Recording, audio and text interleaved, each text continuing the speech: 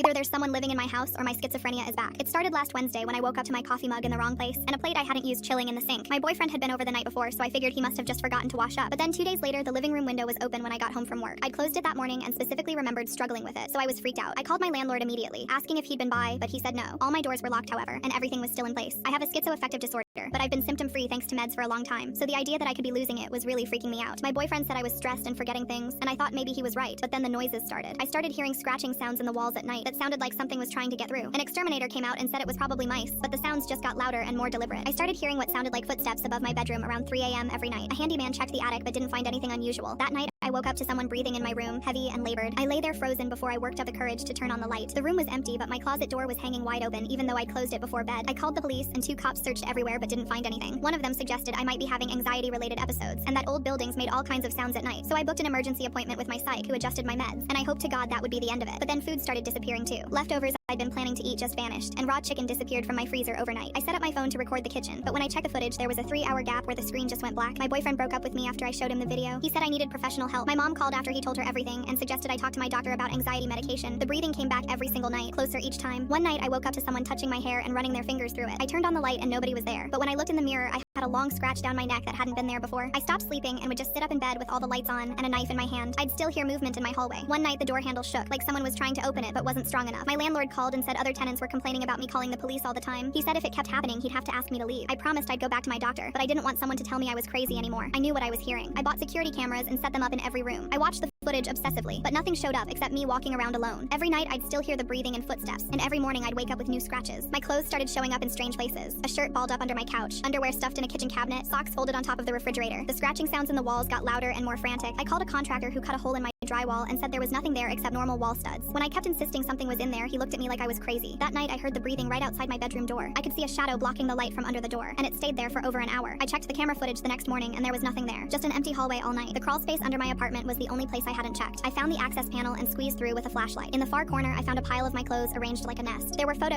scattered around showing me sleeping and showering, and when I shined my flashlight up, I could see deep scratch marks in the wood right under where my bed sat. Right then, I heard a soft creaking sound from the hallway. A section of the wall was opening, and I could see a panel I'd never noticed before being pushed out about an inch from the inside. I watched as it slowly started to close. I ran over and pressed both hands against the wall as hard as I could, but it felt completely solid and I couldn't find any seam or edge. I knocked on it and the sound was hollow. There was a space behind my wall big enough for someone to move around in. Full story on the channel below.